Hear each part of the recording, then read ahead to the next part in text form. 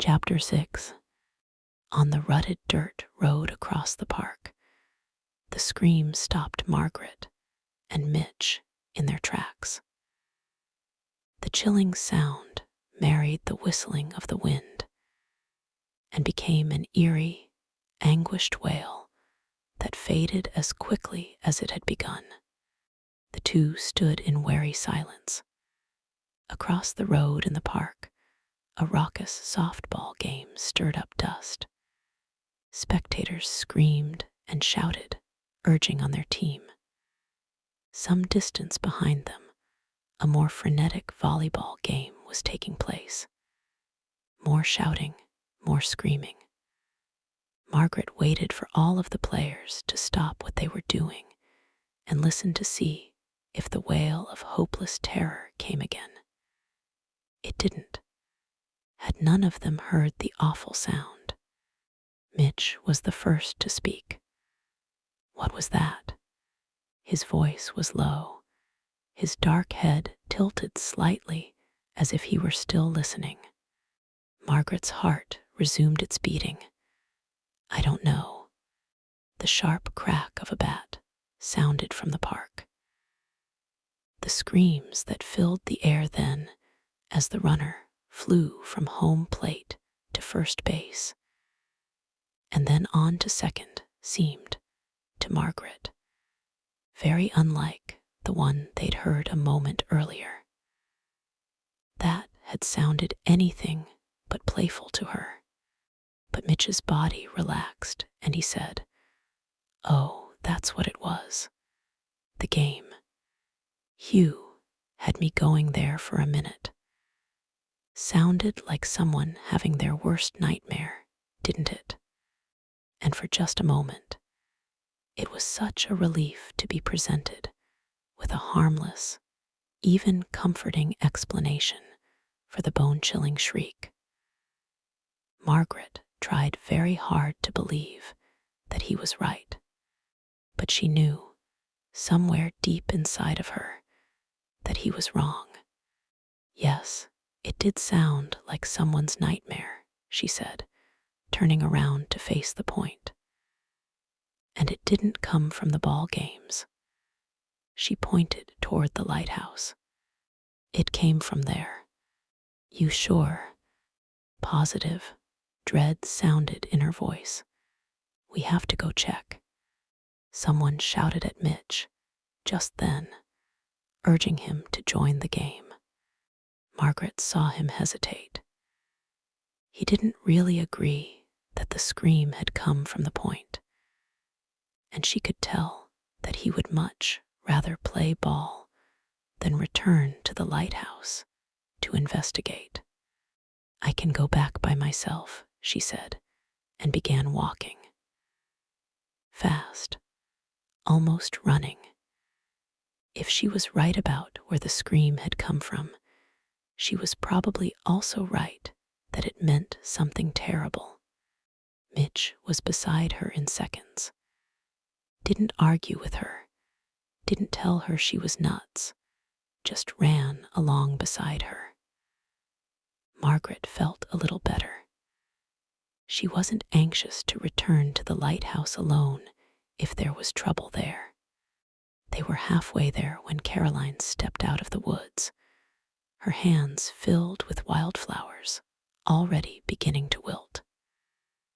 When Margaret told her where they were going and why, she said, I didn't hear any scream. You can ask Lacey and Scott when they get here. They're in the woods somewhere too. We're not waiting, Margaret said urgently. You can if you want. Bring them to the lighthouse when they get here, just in case. We might need help. You're probably getting all upset over nothing.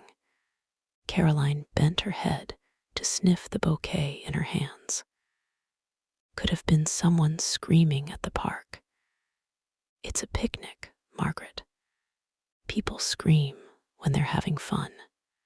But Margaret was already running again, this time faster. Mitch was right behind her. they found nothing in the lighthouse.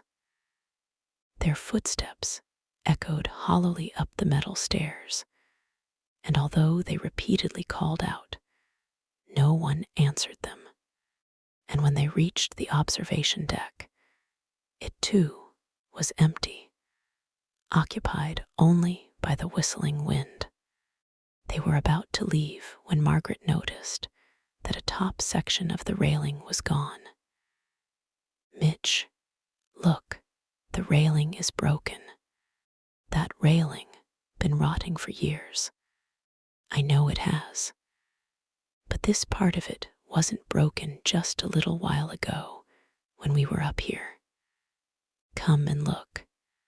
"You're right," Mitch agreed. "This piece wasn't gone. I know, because this is where I leaned my elbows until you told me not to. Must have fallen off after we left." Footsteps pounding up the metal stairs signaled the arrival of Scott, Caroline, and Lacey.